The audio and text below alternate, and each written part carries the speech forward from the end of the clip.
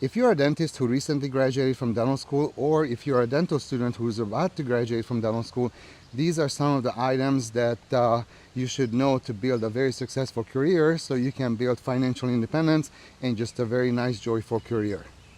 I put this video together because I see a lot of dentists who do really well, but I see even more dentists who really struggle in their career, and sometimes they struggle their entire career, and we need to prevent that, and we need to make sure that you're going to do really, really well with your dental career. So that's why I made this video.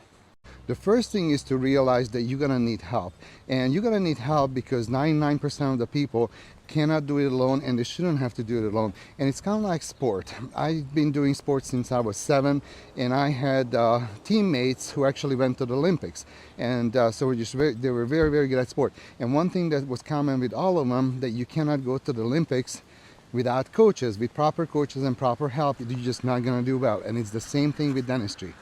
So what kind of help should you hire for dentistry? So one of the things that you should do while still in dental school as early as possible is take as many business courses and leadership courses as possible. Read really good books. I recommend, for example, Simon Sinek, Atomic Habits, and there's a whole bunch of books that's really, really helpful for you to read as soon as possible, because that's going to be essential for your success as a dentist or as a practice owner.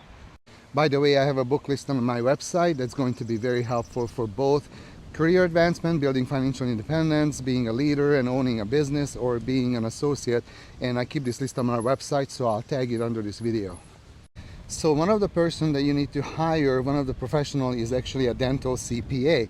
So these are CPAs who are actually specialized in dentistry only, and they're really familiar how to run a profitable, successful dental practice. So I highly recommend that you find and secure a dental CPA while you are still in dental school. The other thing that's super important, I see a problem with this all the time, you need to have your own dental specific attorney. I see this all the time where, you know, dentists will get a job or get a partnership and they just use one attorney, which should actually be illegal. You shouldn't be represented, you know, two opposing parties shouldn't be represented by a single attorney.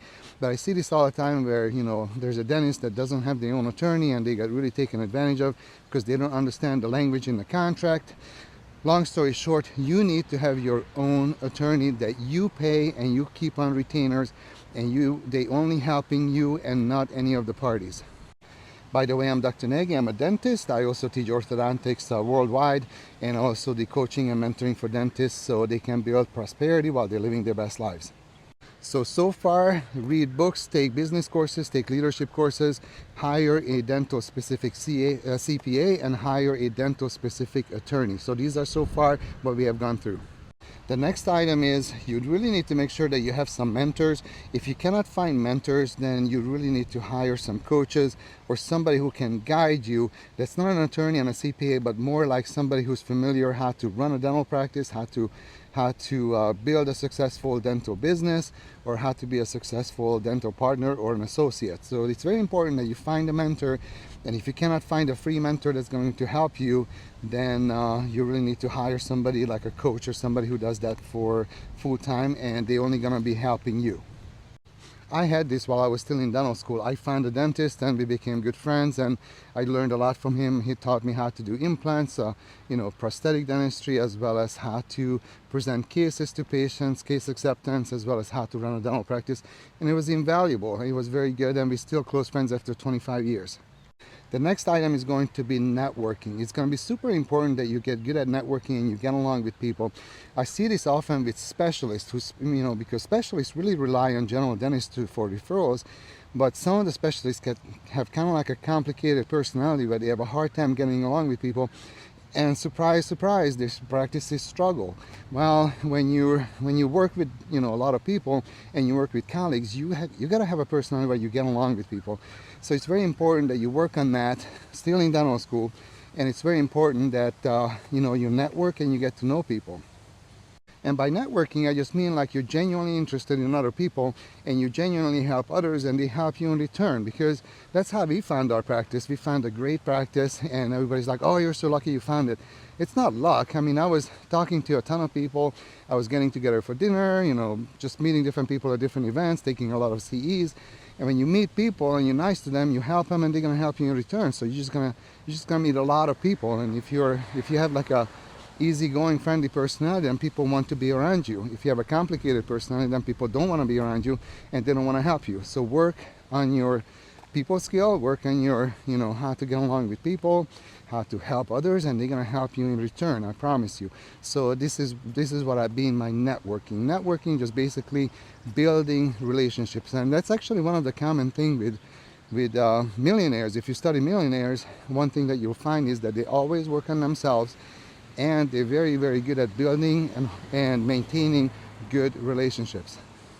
And I know a lot of you will say, oh, Attila, I can't afford all this. This is so much money.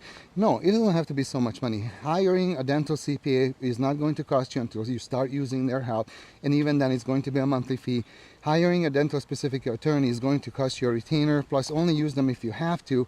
And some of the contract attorneys are not that expensive. And by the way, you don't need like a trial attorney. You just need like a good contract dental specific attorney. And whenever we bought our practice, we found a lady who only worked with dentists, and it was very inexpensive. Actually, we did everything through email, but she looked over all the contracts and purchase agreements and all those things. So actually what's expensive is not hiring help, but trying to fly by the seat of your pants and getting burned by things. If you don't read your contract and you ended up, I see this all the time, and you have to give like specific notices, for example, your employers, and you don't do that, you violate your contract, you can get sued and you can lose tens of thousands of dollars. And I see this often where doctors don't read their contracts and they do something that violates that contract, and your employer may sue you for that. So not having proper help gets really, really expensive because you miss out on opportunities, or you're simply not going to get properly represented, and that can really, really hurt you both in a short term and definitely in the long term. So make sure you have people who are reading your contracts, and you don't sign anything. As a doctor, you should never sign anything, any legal documents, unless your attorney has read over that.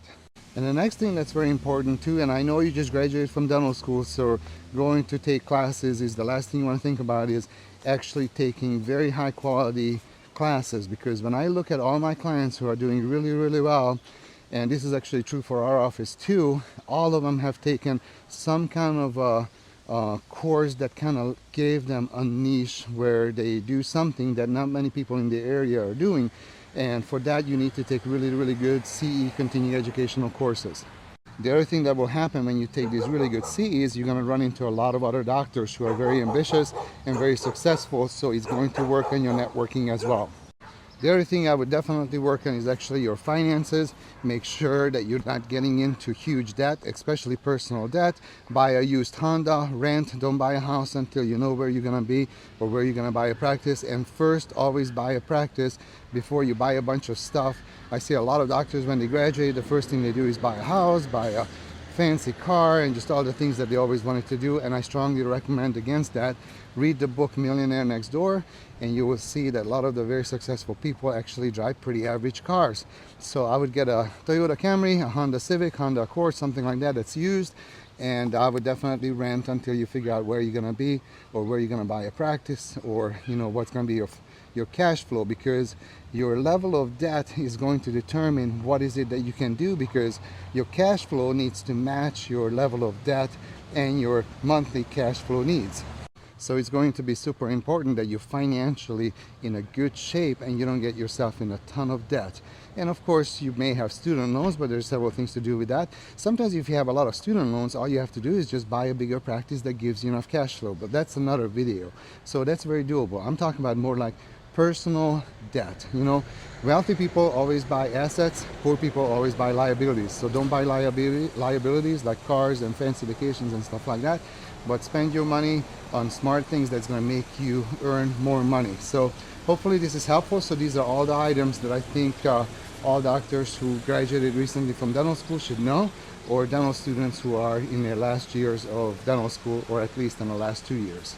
I hope this helped, and have a good rest of the day.